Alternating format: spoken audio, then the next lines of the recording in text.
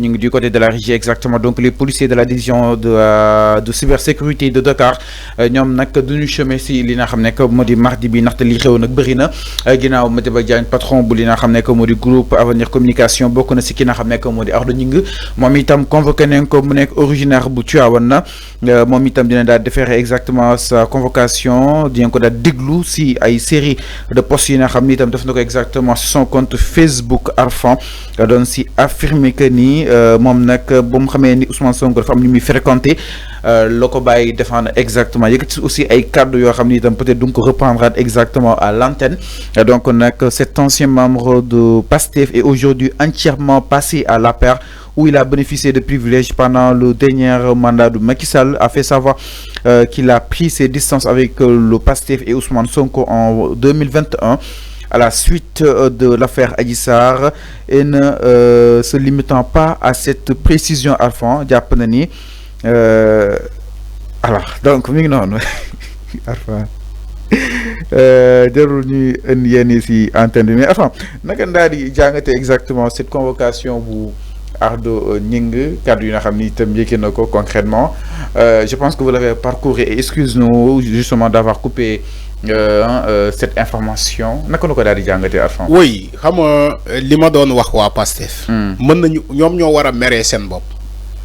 waa PASTEF ñoo war a meree seen bopp parce que mënoo xeex en étant dans l'opposition ñu lay persécuter ñu lay def loolu lu ne ñu lay dóor di la saaga nga ñëw ba yàlla sotoral la nga nekk au pouvoir tu continues de subir la même chose donc moo tax ma ne waa PASTEF war nañu meree seen bopp. en tout cas man duma ko def man duma def ci opposition ak opposition nu mu méttee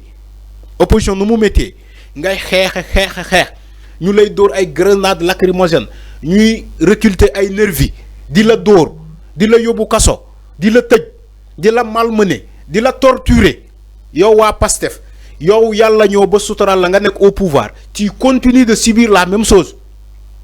man duma ko def. ñoom ñoo ko choisir. ñoom waa PASTEF ñoom ñoo ko choisir. moo tax tu vois des gens comme Ardo maa xam la da ngay jàpp ay saagakat nga tëj leen 15 jours wala 10 jours nga bàyyi leen mais kooku bu ñëwaatee day saaga day continuer di saaga day jàpp ni que bu ñu ko jàppaatee 10 jours lay am wala benn semaine lay am ci kaso bi ñu libéré ko ñoom ñoo reewal ñoom Ardo. la justice moo reewal ñoom Ardo parce que bu ñu leen jàppee 10 jours la ñuy def wala une semaine la ñuy def ci kaso bi il continue d'insulter d'honnêtes citoyens comment il peut dire ces choses là ci Ousmane Sonko lu mu bind Ardo nan lay bindee loolu ci Ousmane Sonko. jàpp nañu ne Sweet Beauty c'est un lieu de. ba pare yow ñu lay convoqué ngay fay sa téléphone wala di daw looy daw. looy daw di dem Tiwaawoon. non wii ji na nag Arfan nag te na wii. même boo dawee ba Tiwaawoon dañ lay dem Tiwaawoon jëli la.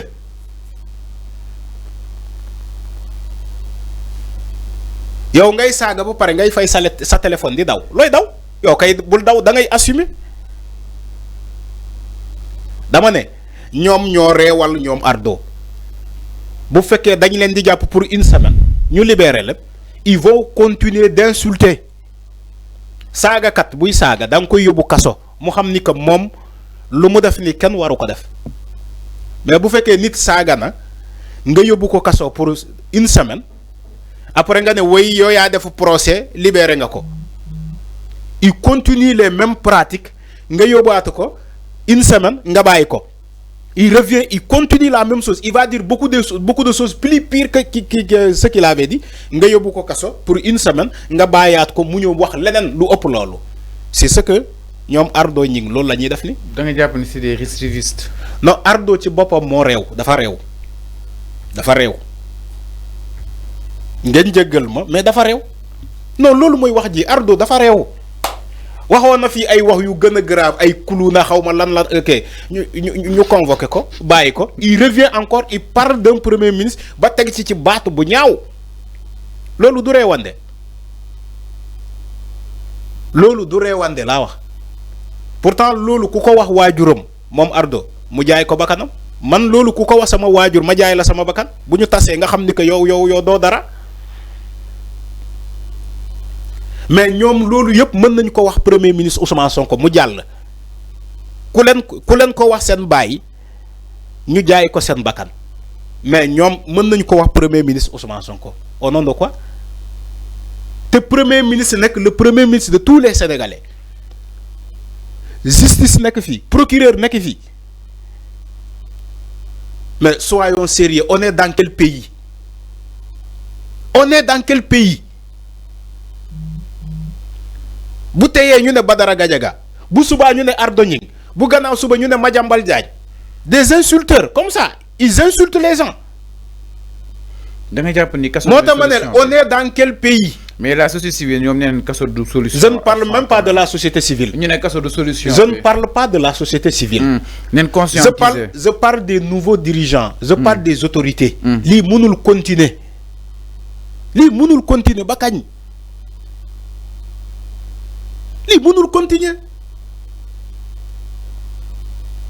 Il faut une décision sur l'émission Jakarlo parce que c'est une émission de n'importe quoi.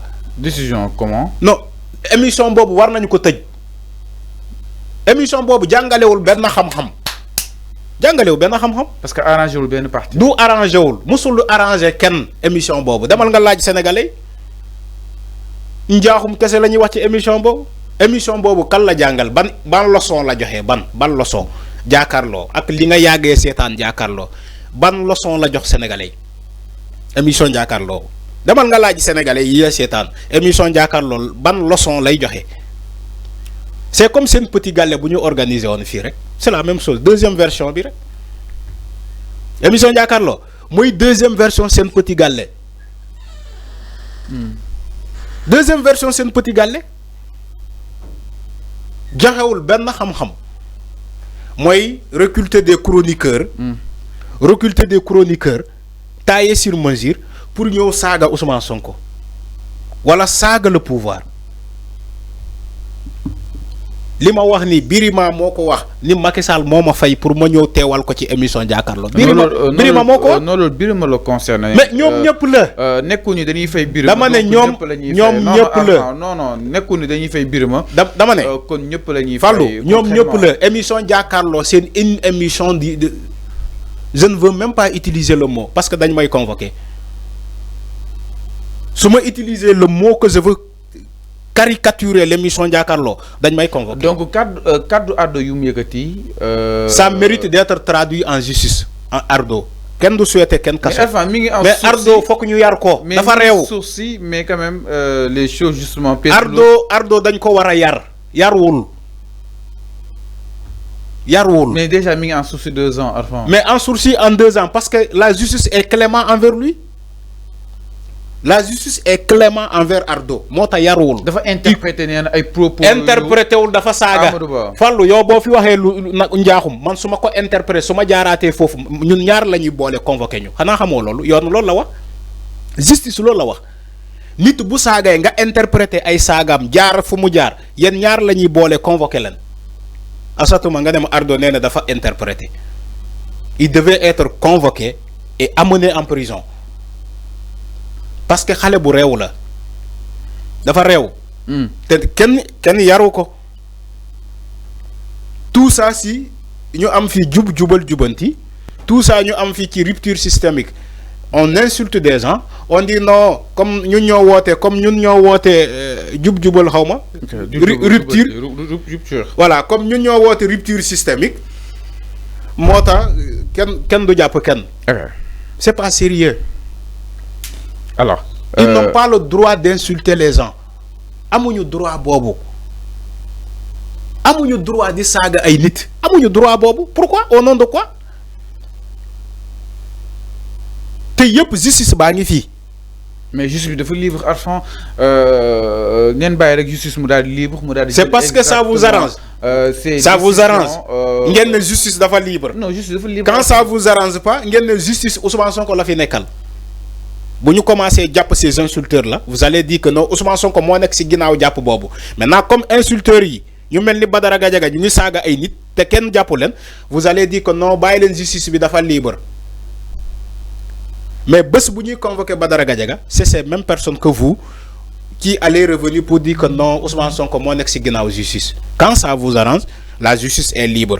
quand ça vous arrange pas, la justice est instrumentalisée par Ousmane Sonko. mais Arfan ñu ne peut-être suñuy xool jaaduwul ñuy jël débat politique bi di ko judiciariser exactement loolu la société civile bi daal di ŋàññ débat public ak débat politique war na mën a yem exactement dans l'espace politique ñu bàyyi justice daal di def li nga xam ne moo di liggéeyam de l'autre côté. concrètement kan moo empêché justice. da nga jàpp parce que le plus souvent Arfan débat yi plateau yi day mujjee. waaw léegi Fallou.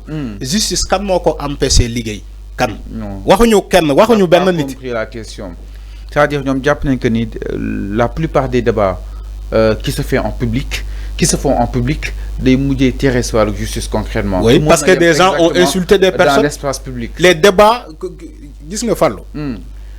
waxuma ban nit la ñuy jàpp wala la ñuy convoqué parce que dafa joxe opinion am waxuma kan waxuma benn cité ma benn boo xamante ne saagawul jetewul le discrédit si les institutions deful dara ñu convoqué ko waxuma benn nit.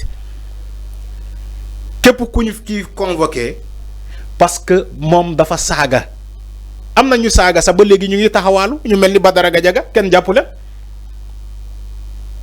ñu mel ni Ardo ñi ñu ngi taxawaalu pourtant ñu ngi continuer di saaga. convoqué nañ leen si kanam yoon ak wàllu yoonal alors mi ngi noonu. voilà leer na par rapport ak justement miro ki nga xam ne que moo di Ardo ñi ngi donc Ardo wóoluwaat ne ko nag si kanam yoon ak wàllu yoonal si kàddu yi nga xam ni itam yëkki na ko daal di ko jëmale exactement sur le PM Ousmane Sonko suite ak propos yi nga xam ni itam Amadou Ba bu Pastef moo ko daal di yëkki alors daal di ñëw itam.